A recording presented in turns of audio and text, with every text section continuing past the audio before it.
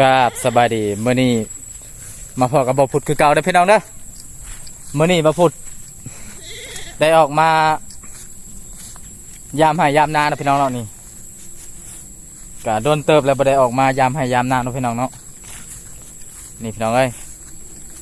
เข้าหน้าก็ประมาณนี้แล้วติดแล้วพี่น้องเอ้ยสีเขียวๆนี่แหละนี่พี่น้องเอ้ย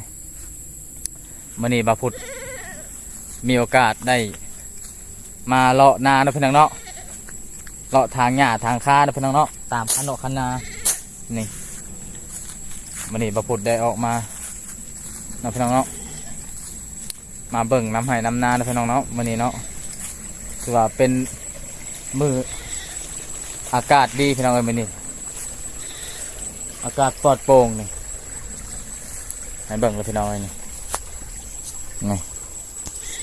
ตามธรรมชาติเนาะพี่น้องเนาะ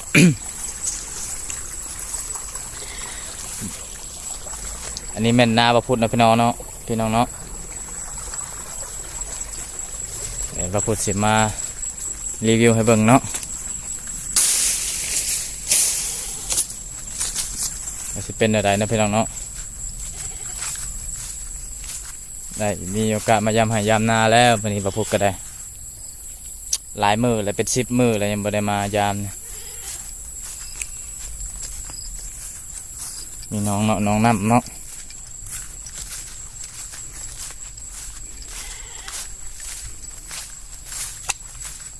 นี่ต้องให้ออกนาเด้อพี่น้องเนาะนี่บ่พุดสิมาทำการจี้มักสาลีเด้อพี่น้องเนาะนี่ต้องให้ออกนาเด้อบัดนี้เด้อพี่น้องเด้อ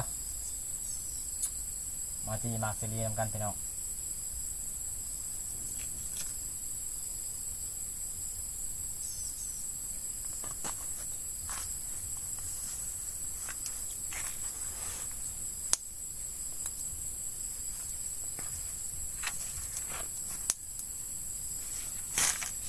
นี่พี่น้อง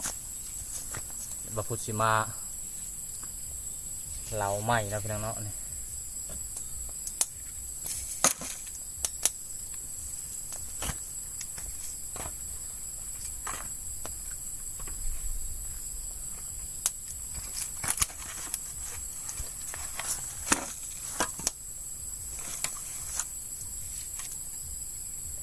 นี่พี่น้องเอ้ยบ่พุดได้ตัดไม้มาแล้วนี่บ่พุดสิเหลาไหม้นี่เฮ็ดเกี่ยวนะพี่น้องเนาะเฮ็ดเกี่ยวไปหาหน่อไม้พี่น้องเอ้ยหาหน่อไม้แห้งขายโลนึง50,000 กีบพี่น้องเอ้ย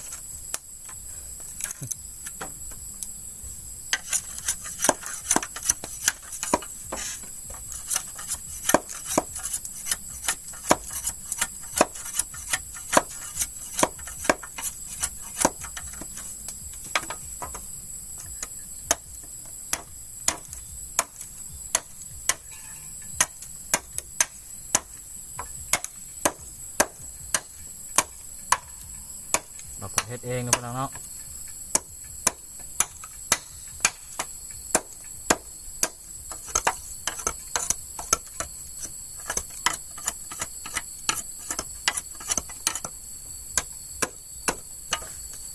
กำลังจีมักซาลีแบบธรรมชาติพี่น้องเลย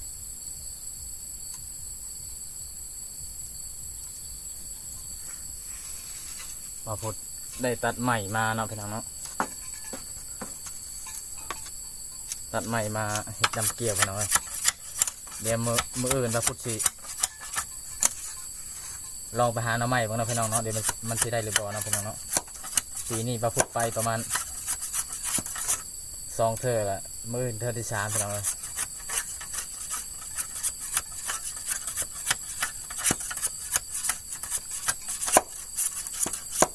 ผู้ใดที่เห็นคลิปนี้ก็อย่าลืมกดไลค์กดแชร์กดติดตามให้บ่พุดได้พี่น้องเด้อเพื่อเป็นกำลังใจให้บ่พุดเฮ็ดคลิปต่อไปนะพี่น้องเนาะ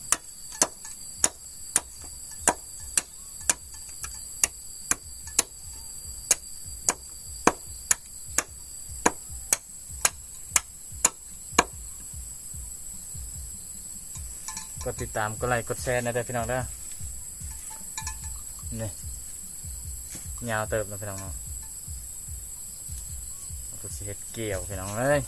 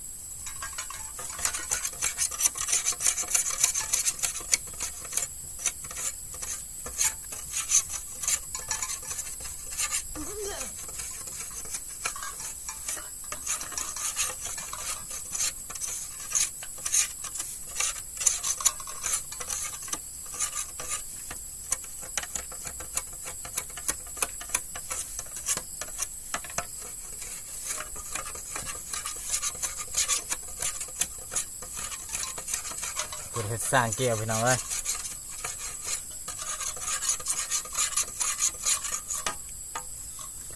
อยู่ให้อยู่นาคือเก่าพี่น้องบ่ได้ไปทางใดดอกพี่น้องมื้ออื่นก็บ่พูดก็เฮ็ดแล้วนี่กลัวพี่น้องเอ้ยเดี๋ยวพูดสิลนไผเผาขนาดนั้นพี่น้องเนาะ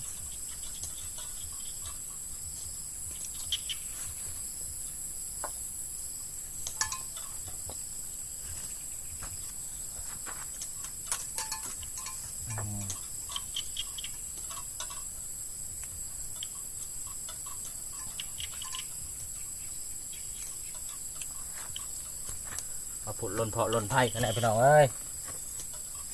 ลนไผ่ให้ไหมมันกามันดำนะพี่น้องเนาะ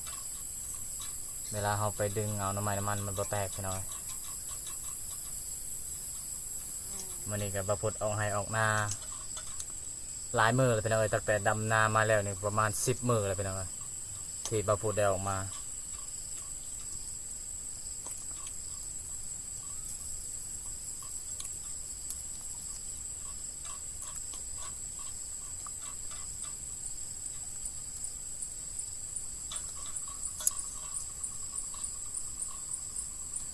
มันนี่ก็อากาศดีพี่น้องเอ้ย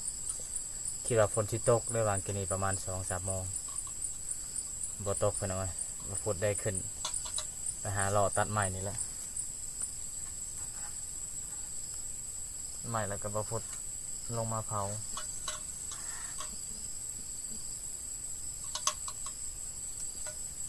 เอาให้มันดำๆนะพี่น้องเนาะ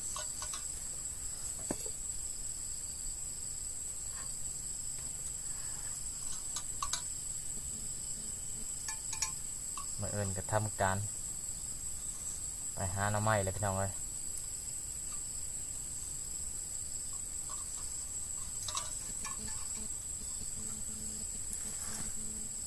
เราพูดยังบ่เฮ็ดคลิปไปหาหน่อไม้ให้พี่น้องเบิ่งนะพี่น้องเนาะ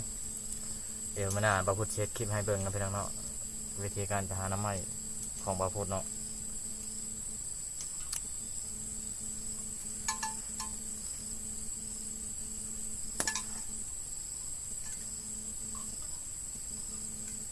เดี๋ยวพูดจีมักซรีก่อนพี่น้อง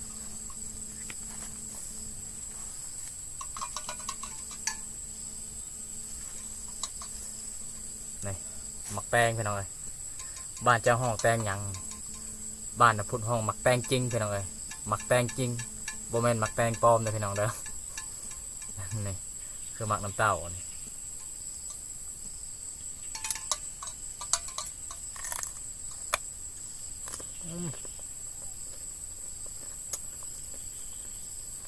ตอนนี้บาพุดได้เล้าได้ตัวค้างไม้นี่เป็นที่เรียบร้อยนะพี่น้องเนาะ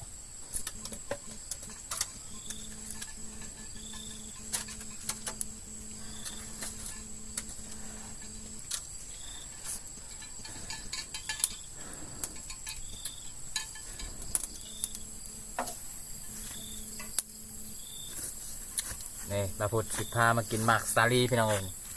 หมักสาลีนี่สุกเลยเรียบร้อยเลย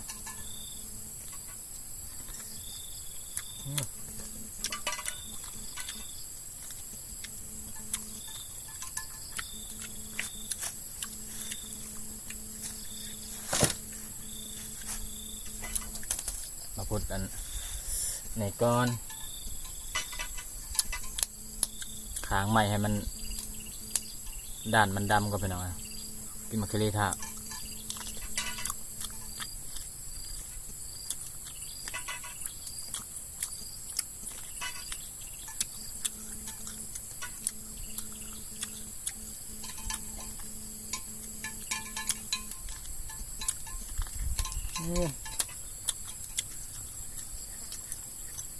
แซ่บอีกแล้วพี่น้องมาสลีให้พี่น้อง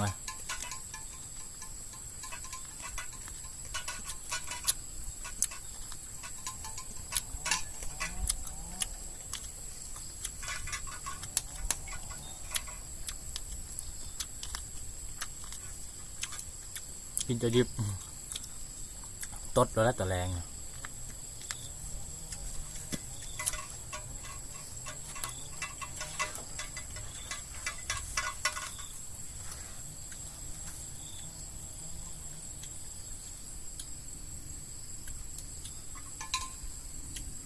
ไม้ก่อนพี่น้อง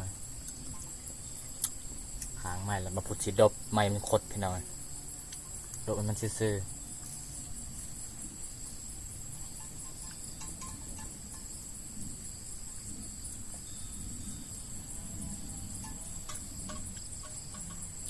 พี่น้องคนใดที่อยากได้ดำแก้วกะ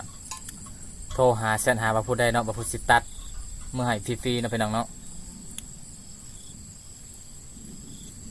มาพูดกะอองให้ออกน้ำมันกันใส่ส่งกระสันเสื้อกันสันพี่น้องไงผมมันโบแดดพี่น้องไงอากาศมันก็เย็นๆเนี่ยผิวนิยามมันให้มันดำหลดพี่น้องไงได้เฮาก็ดำอยู่แล้วพี่น้องไงคนดำแต่เก่า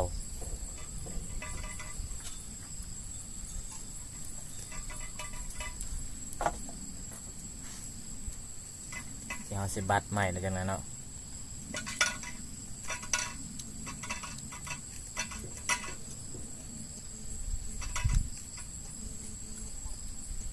บอกว่าลายอย่าห่างพี่น้องเอ้ยคลิปนี้ก็ขอเพลงจบเพลงเท่านี้แล้วพี่น้องเนาะฝากกดติดตามกดไลค์กดแชร์ให้บ่าวพุทธเด้อเพื่อเป็นกำลังใจเด้อให้บ่าวพุทธให้คลิปต่อๆไปเด้อสบายดีบ๊ายบาย